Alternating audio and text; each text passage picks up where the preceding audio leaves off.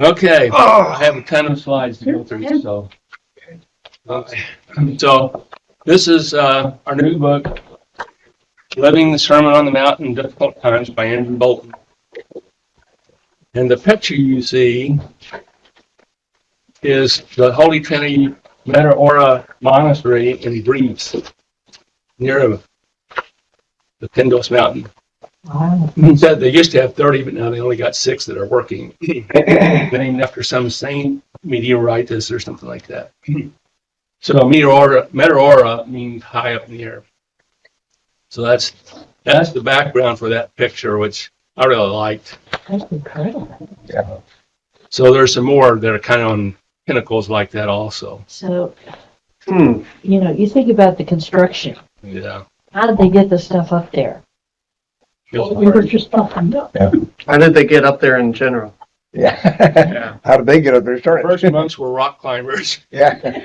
Well, then how did they go to the grocery store? Yeah. Very carefully. So we're in chapter 3 now, Living the Beatitudes, and the Sermon on the Mount is in chapters 5, 6, and 7, but what happened in chapters 1, 2, 3, and 4 of the Gospel of Matthew? What's the first thing? Was that let the little children come to me? No. No. Very first thing. What happens? Moral lessons and how to live a decent life. Well, that's in general, but in chapters 1 and 2, you have the genealogy and birth of Jesus. Chapter 3. Oh, you're talking about the the beginning sequence, of Matt. Yeah, okay. yeah, the sequence in Matthew. So Yeah. then in chapter 3, John the Baptist shows up and he baptizes Jesus. And then what happens next? Jesus goes into the wilderness. He's fasting and he's tempted. And then when he leaves the wilderness, he proclaims repentance and says, the kingdom of heaven is near, or is among us. Then he calls the 4 disciples at that time, Peter, Andrew, James, and John, to follow him. Cures the sick and afflicted. And there are great crowds to follow him. He becomes kind of famous. So that's predecessors to chapter 5, which starts with the Beatitudes. So you've heard of the Sermon on the Mount, but why does he proclaim, repent for the kingdom of heaven has come near, before he preaches the Sermon on the Mount?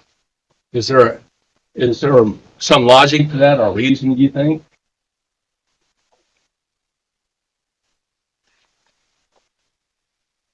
Okay, I'll give you a hint. So there's a Greek word, metanoia, which means to change your mind. Okay. So what do you think he suggests when he says repent? Yeah. What do you think he said that before he started preaching his Sermon on the Mount? Yeah. Be willing to change your mind, because what he's about to preach is going to challenge them. Okay.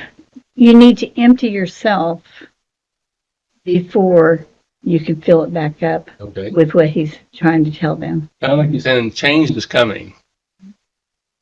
Forgiveness is a new concept. Well, I don't know. Is it? I mean, God has forgiven people for. But anyway. Yeah, an eye for an eye is what they were living by. So this is what Andy Bolton said. Repentance means conversion of all of life to the kingdom way. So he's kind of preparing them for what the kingdom way is, perhaps, with that first proclamation of repent. So Exodus is a central story in the Hebrew Bible. That's going back to the Old Testament now. So what's revolutionary about the story of Exodus? The parting of the Red Sea. Well, okay, that's something that happened, but what was the bigger theme, I guess I would say, of Exodus? God's chosen people. Get out of town. Get it out of town, okay? It's the theme, I think, would be liberation, Liberation. liberation from captivity, Oh, God. being called by God. So the liberation being called, that's kind of revolutionary. Because who are these people? In Egypt, Slaves. slaves. So theoretically, they didn't own their own body. So it's kind of, revolutionary to liberate them. Okay, so in Matthew's gospel, is Exodus a significant theme in his gospel? If it is it revolutionary?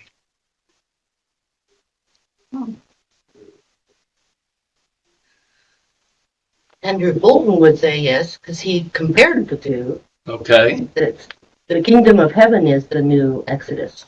okay. So that's revolutionary that we don't, he did say, of course, you have to follow Caesar's laws, but God's laws are the ones that are going to guide your life. That's revolutionary in an oppressed society like that.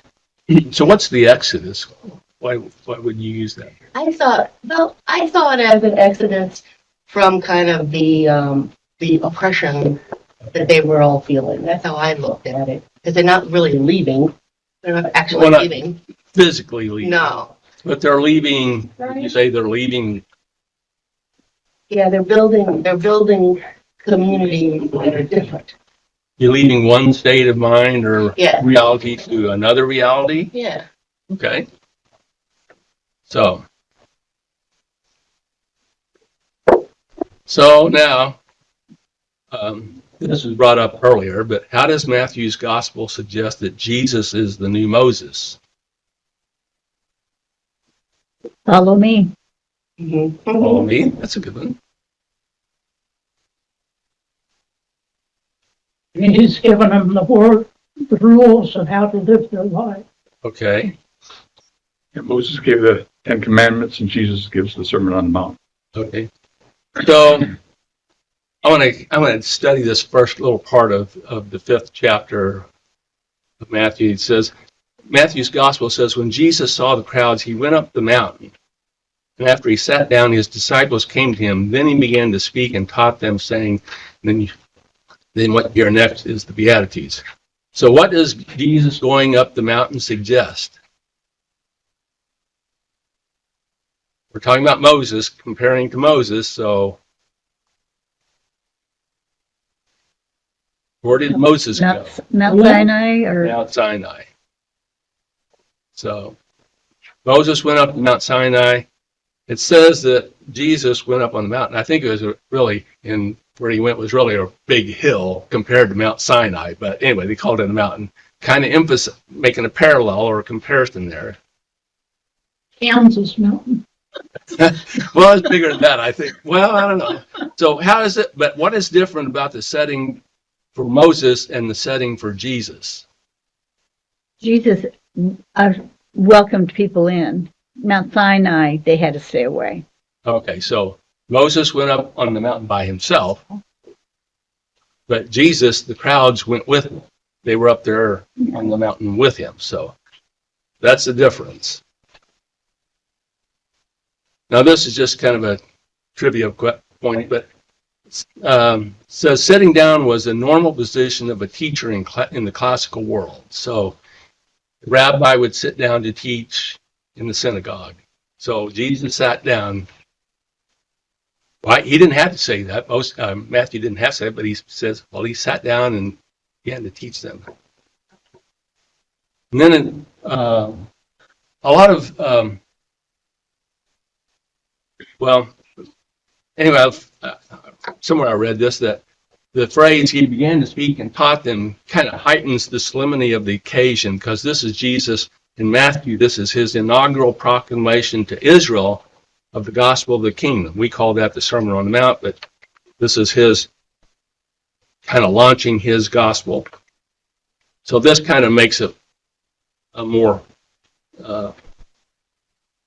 adds importance to his, what he's going to tell them by adding this phrase. There's just kind of some details that Matthew has provided. So here we are. Picture of Jesus teaching. And he's sitting down. Well, chapter 5 begins with the Beatitudes. Beatitude comes from the Latin word beat. Are you chapter 5 or chapter 3? Well, the book is chapter 3, but this is chapter 5 of the Gospel. Got it. Okay, we keep hearing chapter 5 down here. We're like, I read 3 and 4.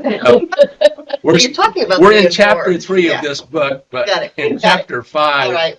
of the You and I were Gospel, doing the same thing. I'm like, I'm not using numbers. but he does keep talking about what we read. So, okay. Okay. Sorry. Okay, so just a little background. I'm going to give you several Greek words and stuff, but beatus is a Latin word meaning happy, fortunate, or blissful. And then, so quoting from Bolton, he says, the Beatitudes are stunningly insightful as an analysis of oppression and also as an exodus road to the promised land of the kingdom of heaven on earth. Back to using that word exodus. What do you think? When you read the Beatitudes, have you, I mean, I don't think, have you read the Beatitudes as a analysis of oppression in the past before you read this book? No. I didn't, really. And when you're talking about the 8-step program, I never thought of it that way either. You know, that it's very deliberate with the method that it is. So, You know, like, oh, that's our way out of oppression. so I thought that was interesting. The Exodus road to the promised land. Let's see. So here's the Beatitudes.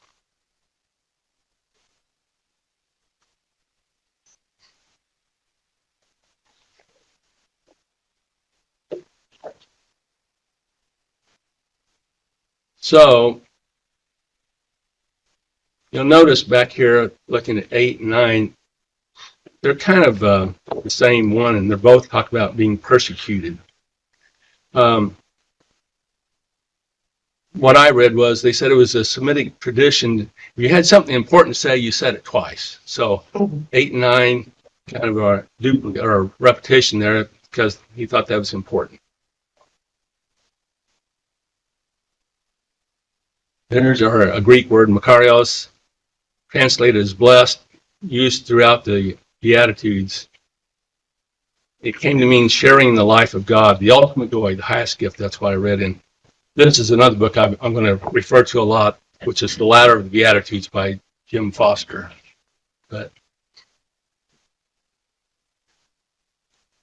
And Bolton points out that each Beatitude has 2 parts. The first part in every one of them is in present tense. The second part for the second through the 7th Beatitudes is in future tense, but 1, 8, 9 are present tense.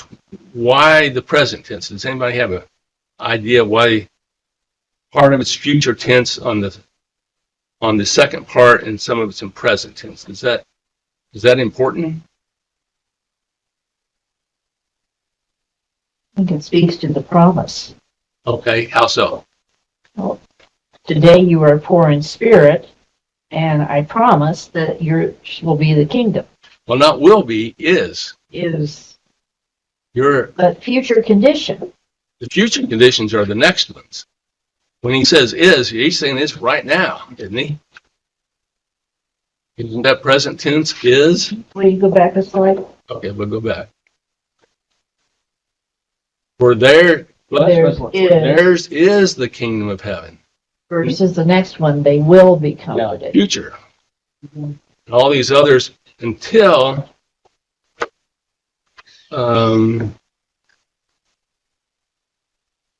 you get down to 8, 9, it says, for theirs is the kingdom. That's a repetition of one. And this last one, when you're persecuted for Jesus, then your reward is great. It's not like you've already got your reward there almost. But each of them talks about the present tense too, because blessed are. Well, that's part one, yeah. Yeah. But in part two of each phrase or the attitude, they change tenses back and forth. Yeah. So, okay, so, and then he points out, he says the first four Beatitudes are for those suffering in desperate conditions, and well, actually there's five, but he says the second four are for those working to overcome desperate conditions. He's lumped 8 and 9 together to come up with the second four. So, better get my Greek word pronunciation guide out here. Coaches is a Greek word for poor. And when they say poor, they mean destitute. You've been reduced to begging.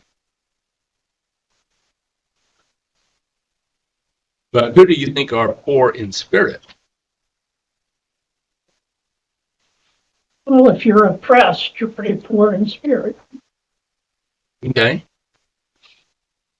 The unbelievers. Unbelievers would be poor in spirit. Okay.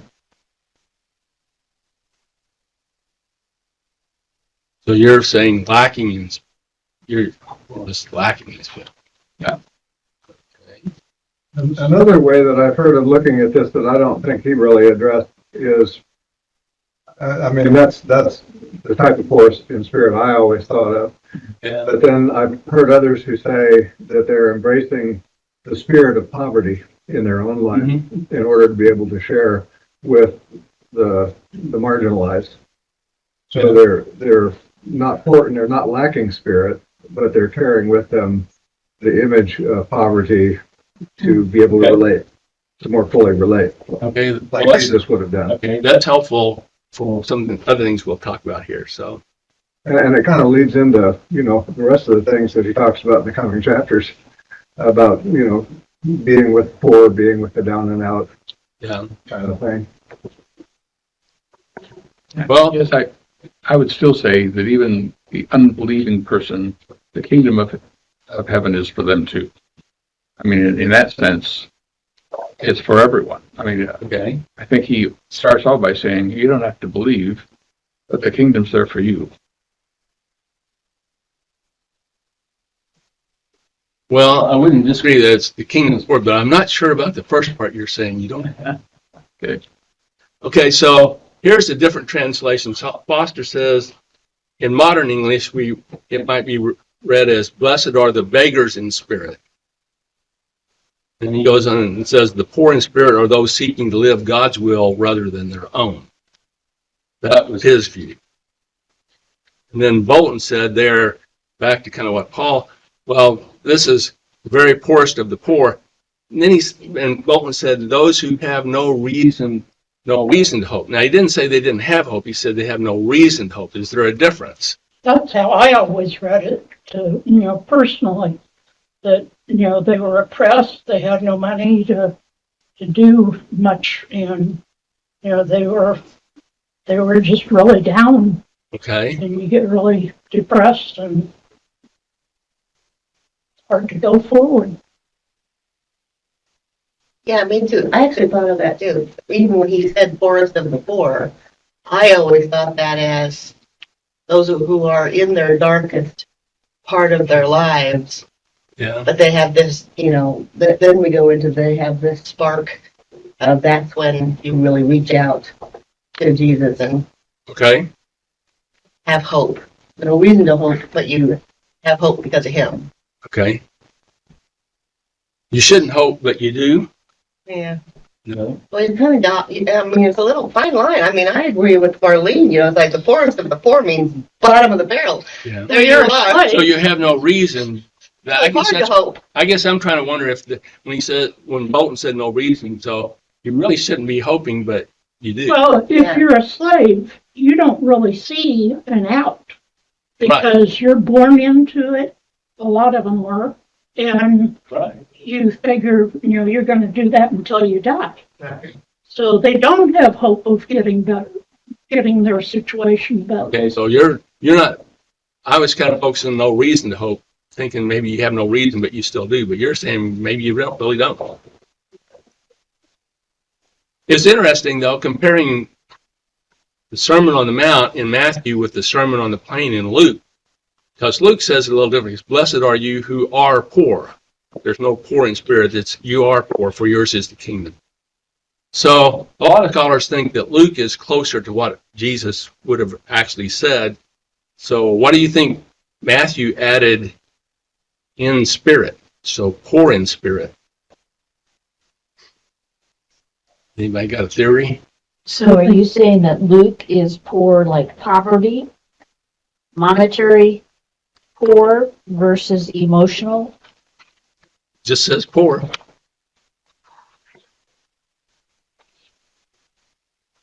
So is there a difference between poor and poor in spirit? I think what Jane said resonates with me in that anyone, no matter what your economic status, can have those dark days and hit Okay.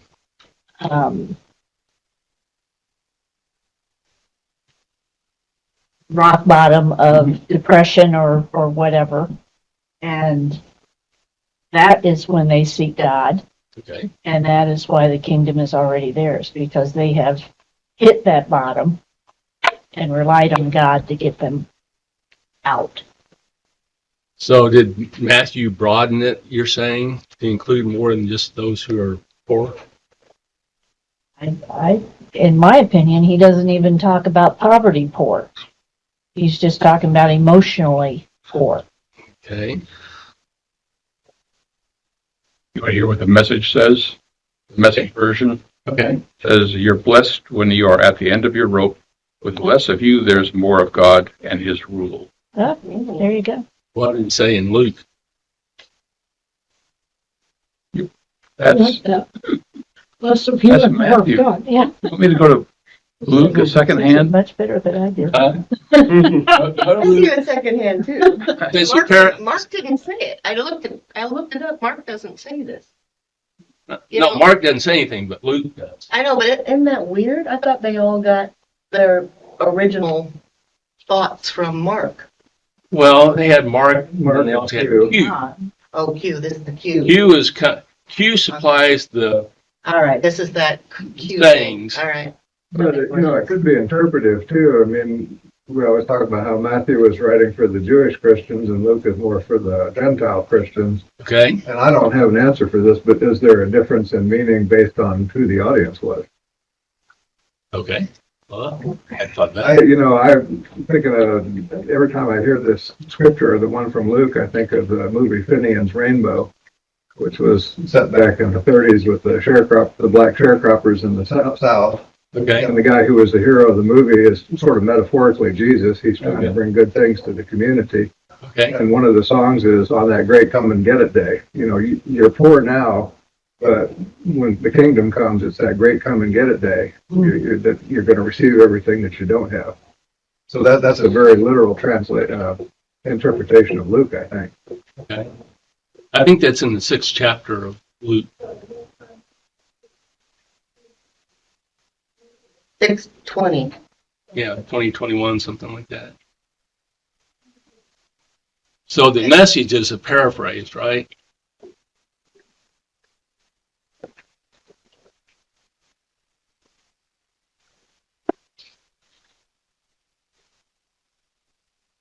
Yeah. Who wrote the Message or translated? Or It was a Peterson. Yeah. Eugene Peterson. it's my understanding that No. You did it. it's not. It's not necessarily a bad.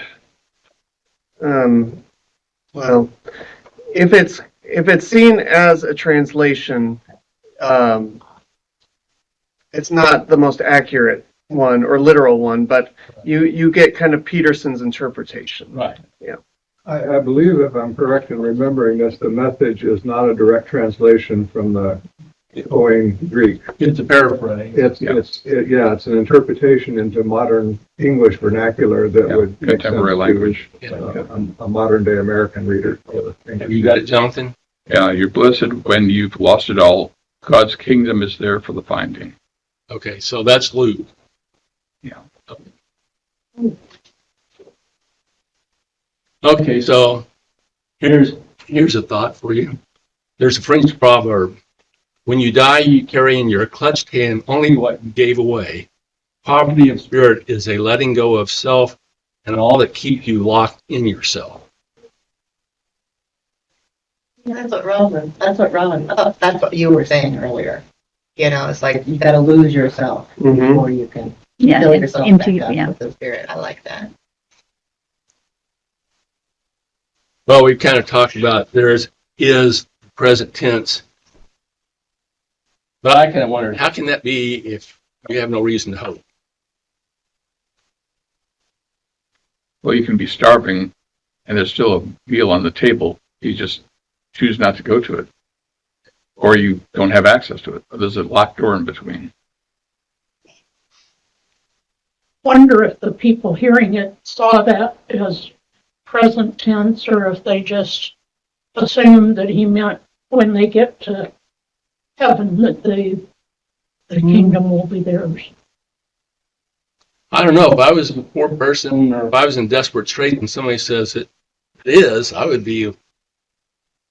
Well, but you don't usually listen that closely. I think is would be. So do you have to be, I think I know what Karen's going to say, but do you have to be destitute to enter the kingdom of heaven? Searching for Dave Benjamin.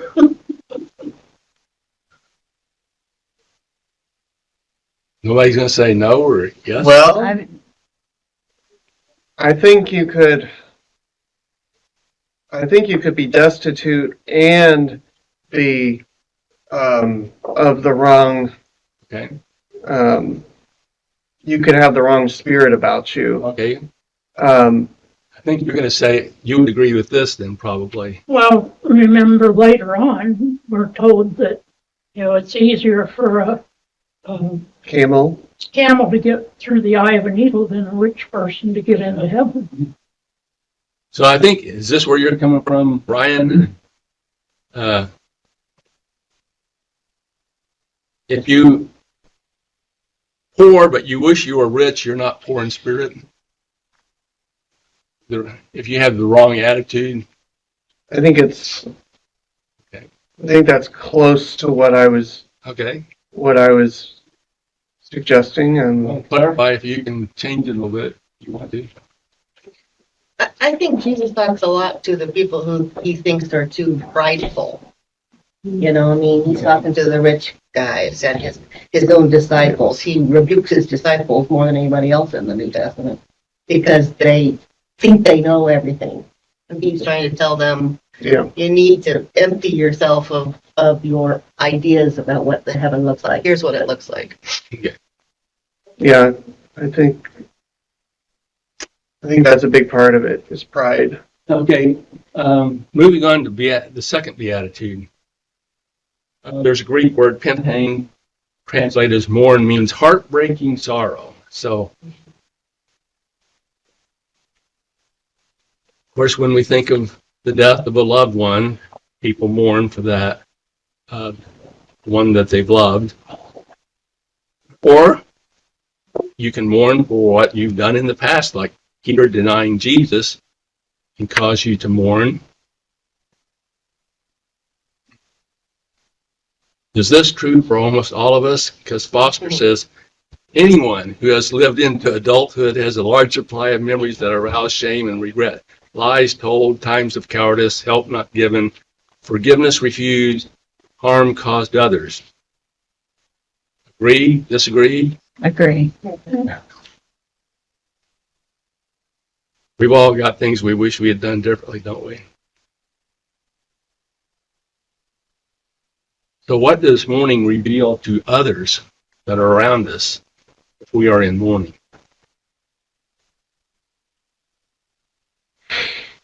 Well, the simplest part is we're in pain and have experienced some kind of loss. I thought this interesting, though. It can also reveal, according to Foster, that reveals who we are and what we value. That's interesting. You know, it may not reveal anything to the people around us. Well, If it might you not. look at your next to last paragraph, he talks about lies we've told, times of cowardice, help not given. We don't often broadcast that. And yet, I think it weighs down on each of us. And so we may be mourning, and the people around us don't know it. Well, okay, you're kind of putting on a false front. It's what you're, okay. But I do think that what we visibly or observably mourn over, what we make a big deal out of, what we sulk about, what we complain about, does reveal what's close to our heart. Yeah. You know, whether we like that or not, it does reveal something about us. Yeah. And it's good to kind of check in on our priorities. Right. Like, well, is this something I should care about to this extent? Why am I so, I don't know. Well, so in response to what Jonathan, so if you're transparent, it does kind of reveal it. If you're not transparent, you can have a false front, and they really don't know what you're really grieving about. What? And is that important that others know what you're mourning? That mourning is between God and you, and you're trying to do it better. Well, if it has a really big impact on you, is it hard? I would think it's pretty hard to keep within yourself, isn't it? And For many, I don't think so. for much of time, mourning a loss had to be displayed, put on display. You had to cover, they talk about that they had to cover the mirrors, and, like a woman would, if I, like me, had lost my husband, you'd be wearing black for the next year or year. a veil. You'd be displaying it openly in that way. Yeah. Not that you're displaying what's in your heart, but you would have to put on a show, for the world to know that you were in mourning. You had to tear your clothes, rent your clothes. But one Things like advantage that. of really mourning and displaying it would be that others can comfort you, can't they? And if they don't know. But if you're like me, who likes to be in the background and not the center of attention, then when everybody's trying to comfort you and stuff, it just makes you want to run away. Okay. And so you lock it inside you, and you don't display it. Okay. Because, it's your comfort level. Do you want everybody to know that you're mourning? Or do you want to deal with it internally? Okay.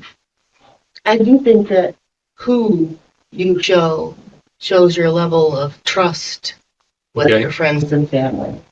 So if you don't trust somebody to know how to handle you, then you're not going to say it. It's only those in our inner circle that we can trust to show our mourning, which makes it a lot harder for our community. And if you're not, a lot of times when people don't see you mourning something, like, people could take my internal mourning to mean that I don't actually care that my dad just died. They think I'm cold-hearted or blah, blah, blah. But in real life, you're dealing with it internally and stuff like that. So it's kind of a balance between, like, what you show, what you don't show, how you deal with it yourself. And you got to kind of get to the opinion of what the outside world thinks of me mourning is irrelevant to me mourning, kind of thing. And it doesn't mean that you're not going to to God in prayer. Right. In your mourning. Right. Because, it doesn't matter what everyone else thinks about you. What matters is your communication and your dependence upon God. Right.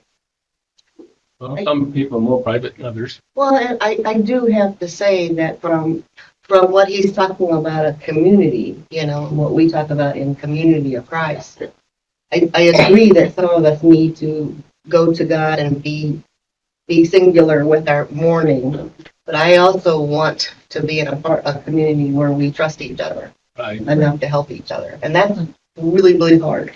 Yeah. Yeah. I like that.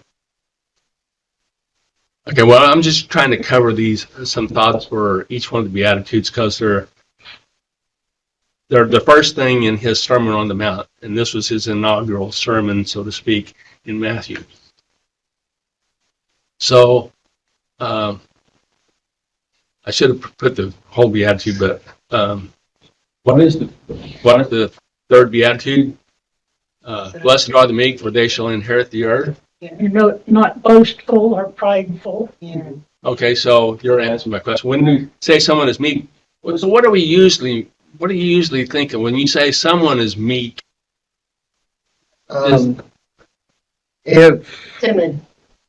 in a I would say timid is the Shy. normal definition of the word, but that's not what's used the meaning. yeah, But I'm talking about what do we normally? Yeah. meek is not. Yeah, I was gonna say weak, timid, So soft, or Fearful. fearful. Yeah, it's So- not necessarily a virtue. Right. not a virtue. Right. Yeah. Well, originally, praus, the Greek word translated as meek, was used to describe a wild animal that had been tamed and made gentle. So think of a horse, I like that. wild horses, tamed dogs. So that's a little different connotation when you think that way. So maybe it's blessed are you who keep control of your emotions. Okay, that's exactly what this next.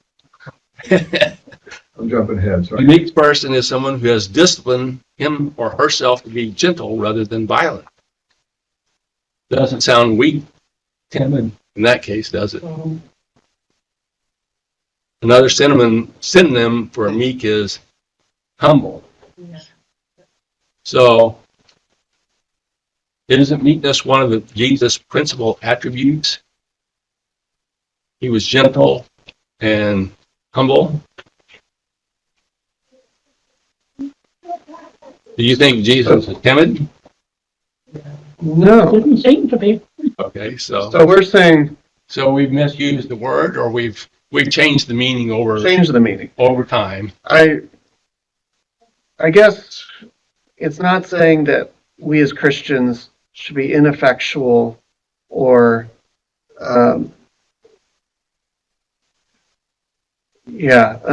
harmless, but we have the power to, like, having the self-control.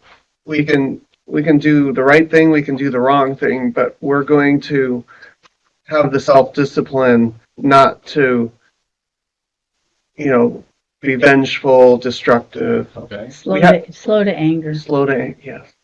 To me, the meek is more the prideful, coming from the humble point of view, that you're not patting yourself on the back for every good thing that you do, or you're not, prideful of what you have that somebody else might not have. Okay. Yeah. Looking down on This is the definition of meek from AI, I guess. Meek describes a quiet, gentle, and submissive nature, often characterized by a reluctance to argue or assert opinions forcefully. It implies a patient, humble disposition, sometimes interpreted as strength under control rather than merely being timid or weak.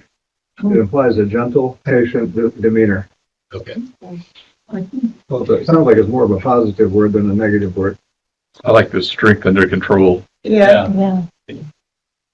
And I do think we have to be careful, kind of like what April was saying. I mean, if a person is soft or timid in front of you, sometimes we say, oh, they're weak or, they're meek, when in fact they have an underneath strength that they're just not showing you. I had a paralegal like that, best paralegal I've ever had.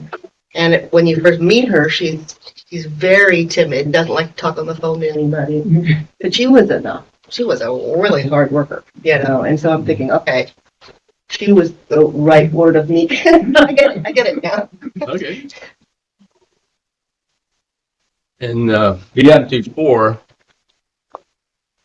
I guess I do have these. Blessed are those who hunger and thirst for righteousness, for they will be filled. Yes. So make rightful choices. Well, kind of like with me, do we sometimes have we confused self-righteousness with righteousness quite often? You think? Yeah, Who do we call self? because Go ahead. because they're intertwined. Like they can look the same, Okay. or one can deceive themselves. Oh, I'm being righteous. No, you're being Self-righteous. yourself. You're being, yeah, Okay. conceited. So who do we think are? Buddy. Who do we call self-righteous? Who are those people? Someone who thinks they're always right, judge others to be morally inferior to them.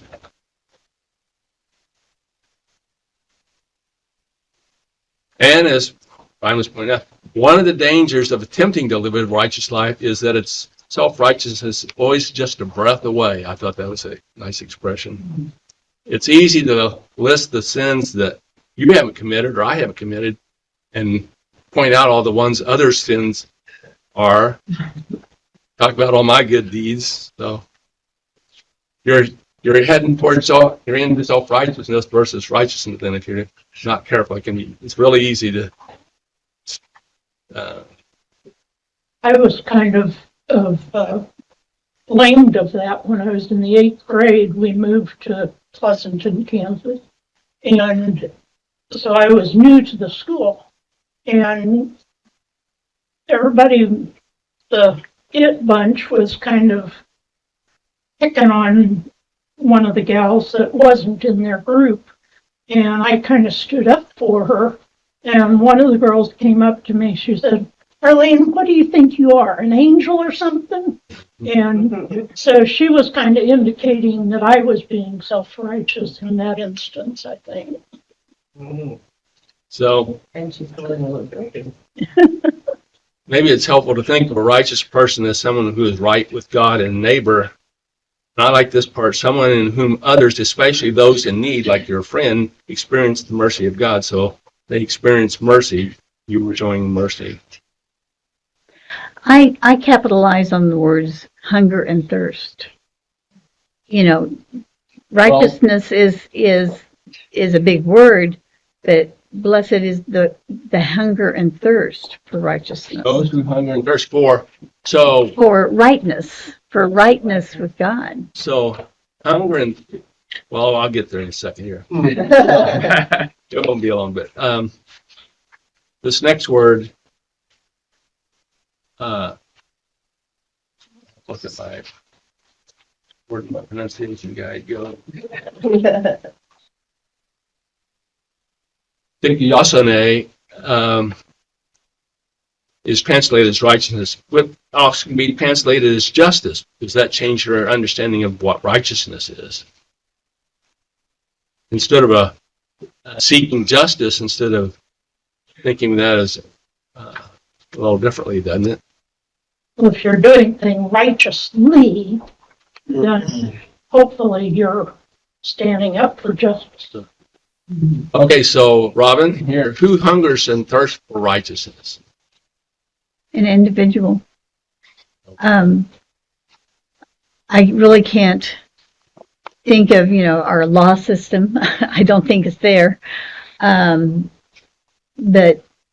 the individual that's studying and praying, and I'm studying Nehemiah right now in BSF, and whoa, he got so, he was the cupbearer to the king, and he went to Jerusalem, and they had not built the wall around the temple, and they'd been there 90 years, and it still was not done. And so he got them into control, built the wall in 52 days instead of the 90 years that had passed. And then he had agreed with the king that he would go back if he would let him go and straighten this out. he promised to come back. So he did. And when he started hearing about bad things going on in Jerusalem, he went to Jerusalem, and there was all these bad things happening, and he attacked this guy and pulled out his hair. Okay, Nehemiah. Mhm. But So he was so he was kind of, I think he bordered on I don't know. That who knows? But okay. that hunger and thirst, I think it's an individual thing. Well, this is just someone who urgently wants a glass of water. You're in the desert. This is how much hungry, or you're starving and you want to have a crust of bread. The attitude 5. Okay, I'll read that. Blessed are the merciful, for they will receive mercy. Eleos is the Greek word for mercy. Jesus asked, who was the neighbor in the Good Samaritan story? Guy was beaten up by the robbers, and the answer was the one who showed mercy to him. So mercy is kind of like it's a hard virtue, even if it sounds soft. We want mercy for ourselves, typically. Resist extending it to others. But what did Jesus say? I desire mercy, not sacrifice. I don't understand. Is mercy like meekness not a popular virtue in the United States? I think people in the United States, our culture, we have trouble extending mercy a lot of times because we think people should get what they deserve. Yeah. You know, they've done something and you want to stick it to them. Okay. We don't offer as much grace to people as we need to, in my opinion. I think it's interpreted as a weakness. I mean, we've been brought up on the John Wayne mentality. Mhm. There's no mercy. There's no, you don't walk in meekly into a town. You go in and you swagger it. Yeah. You swagger. Mercy was my word of the year. You know, some of you guys do that kind of thing. I've done it for years. But this year, my word was, I chose mercy, but this is causing me a little bit of concern with whether I'm thinking the right thing or not. Okay. But, you know, just you're trying to be righteous with other people, not judgmental and so on. You're trying to do what would be a Christian quote thing to do in the life of other people. Well, I know we're trying to get through all the Beatitudes, but if you want to go back a slide, I think mercy is very in this country. Well, it really depends. I see it applied liberally in some pockets. I see it not even known in some other areas. Mercy can be an enemy of justice, or it can go hand in hand with justice. Like, I feel like there is a tension because let's say you want to be merciful towards a lot of you could be merciful towards a lot of violent criminals and let them out of jail and give them a second chance, and then they go and rape and kill and reoffend, and you're like, well, I was trying to do the merciful thing. Well, now your decision led to a bunch of more people being victimized. So where do we draw that line? And I'm not a fan of that, nor am I a fan of like these draconian, you know, some of the laws, like, you know. Yeah, I think Dane would say restorative justice is what you're seeking. When possible, when possible. I don't think it's just in the U.S. either. I think it's worldwide. Well, there are other countries, and the ones I'm aware of are in Scandinavia, where there is much greater emphasis on trying to rehabilitate the prisoner. And many years ago, when I started out as a psychology major, I had to interview the prison psychologist from the federal penitentiary at Leavenworth, and he told me, I've never forgotten this, the job of the prison system is to carry out the will of the people, the law. It's not to rehabilitate. And he was saying that's the big fault of our system is we put people in prison, and if we let them out early and they commit another crime, we should probably expect that. I mean, we've done nothing to help them be better people. But I can't remember if it's Norway or Sweden, it's one of those two countries. They actually treat the prisoners like human beings and try to educate them in how to get along in society. And so when they're released from prison, they go back to being productive citizens. How successful are they? Very. Very? Yeah. Wow. I think Jerry talked about that, quite a bit.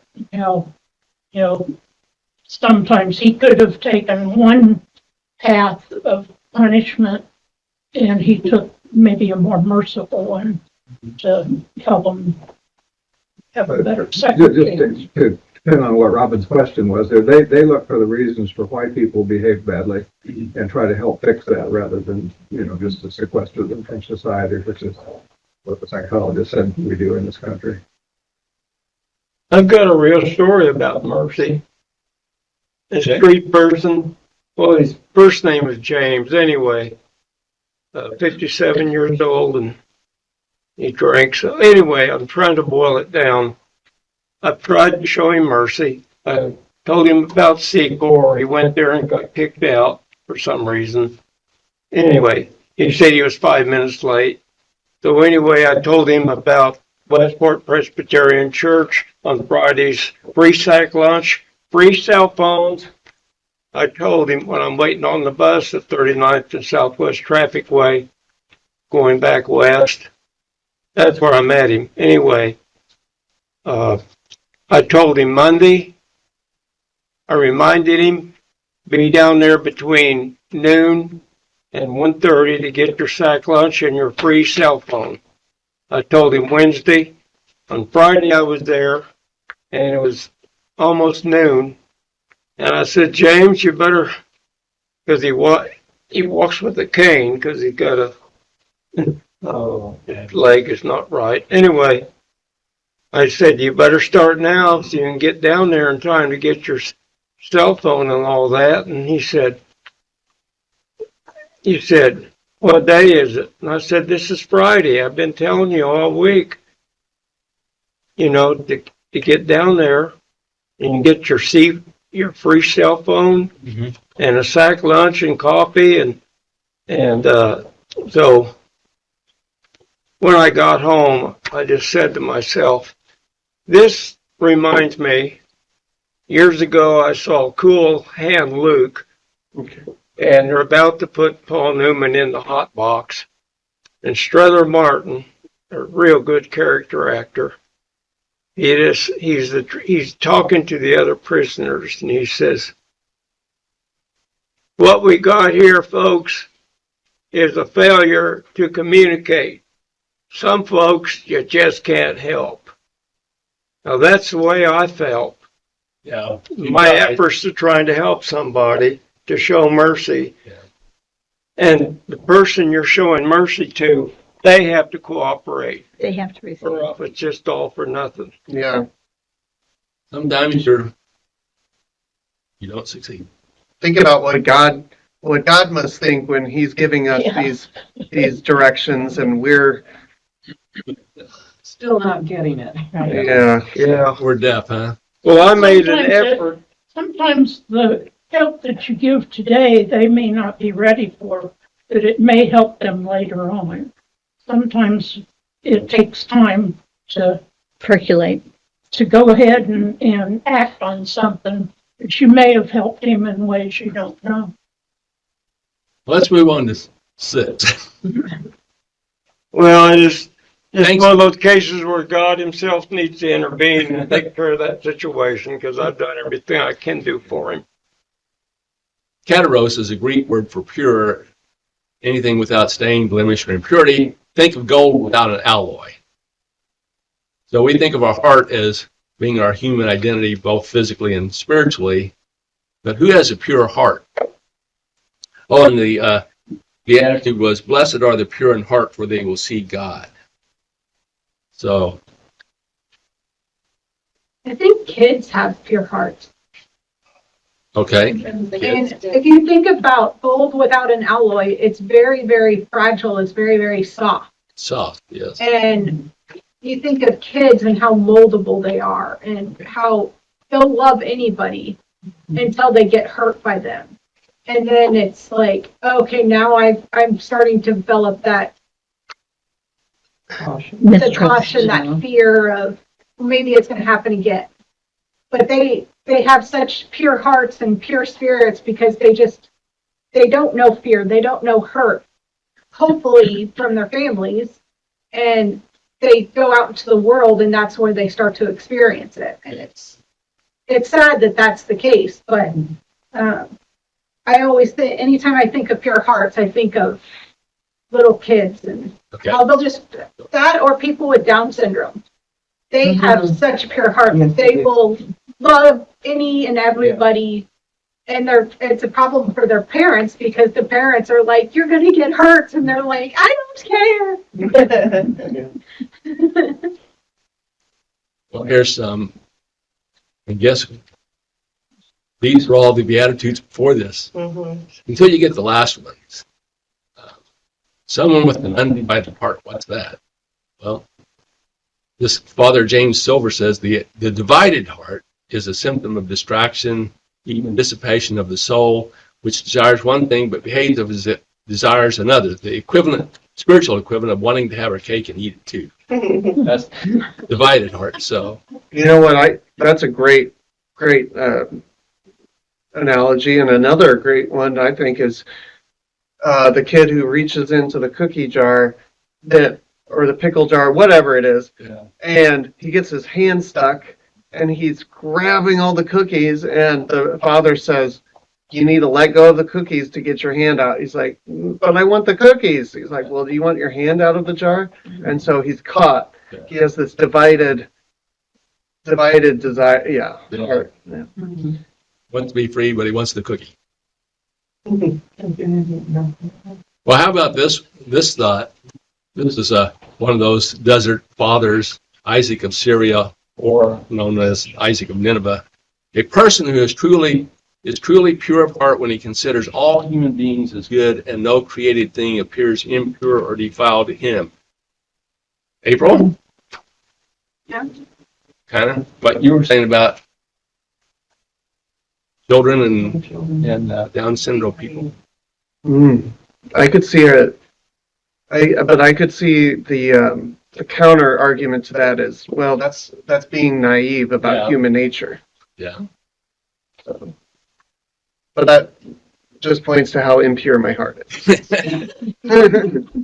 I had that same word. Okay, Irene is the Greek word for translated as peace.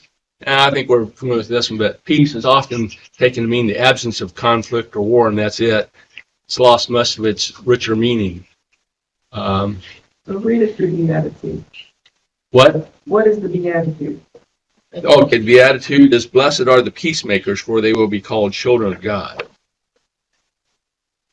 So we need to go back to the Bible to see how peace was used in the Bible, and the Hebrew word for peace is shalom, which has a richer meaning than how we use peace today. So that's a condition of perfect welfare, wholeness, well-being, happiness, and peaceful relations among people. Another way, a state of security, prosperity, and harmony, both physically and spiritually. So, do we often want just peace? Just as better, a little bit better version of the world than we already have? We're not really interested in getting rid of the factors that cause conflict. But in that case, that's not really a shalom, is it? If we don't get rid of the things causing the conflict. Kind of like what Paul was talking about with rehabilitation, restoration. Well, in the previous statement that you had up there on the slide, all of those good things that are part of shalom, one thing could be added to that is it's for all, not just for the few. Right. Mm-hmm. Well, I'm going to get to the 8th, but Jane, you teach. I'd like to take next Sunday for the rest of my slides. I got a whole bunch more. Do what? I'm okay with that. So, who is a peacemaker? Anyone who helps heal damaged relationships. Well, What's next Sunday? I think I'm teaching next Sunday. who are you? Well, I'll share my slides, maybe you want The policeman, a sheriff, sheriff's deputies, up there. FBI agent. What does it take to be a peacemaker? Sometimes it's just not getting into the part of getting into the rabble rousing that's going on. Listening. Listening, that's Yeah. That's a good one. active, some people call it active listening, yeah. Yeah. And a real true desire to want things to change for everybody, Okay, so not just so you can be peaceful. Beatitudes 8 and 9. Blessed are those who are persecuted for righteousness' sake, for theirs is the kingdom of God, kingdom of heaven. Again, using is. And 9. Blessed are you when people revile you and persecute you and utter all kinds of evil against you falsely on my account. Rejoice and be glad, for yours reward is great in heaven. So Christians in the ancient world were persecuted because they were thought to undermine the social order. They resisted the cult of the emperor, didn't sacrifice to the gods of their neighbors, objected to war, and living their values was, the Romans thought that was a threat, and probably would be the same today. Foster says Christianity tends to be tolerated to the extent that it acclimates itself to the society in which it finds itself. What do you think?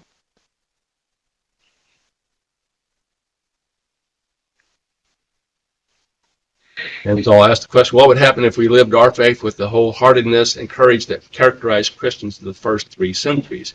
Would we be persecuted?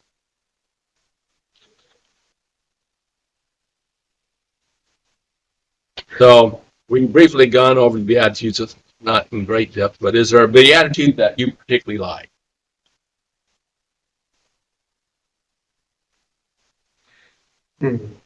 Are the enduring principles the Beatitudes of today? Well,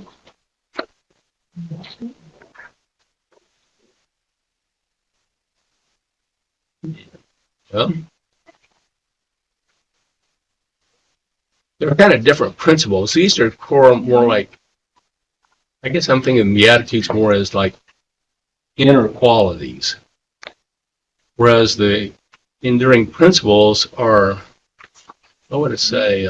External. Actually, Action.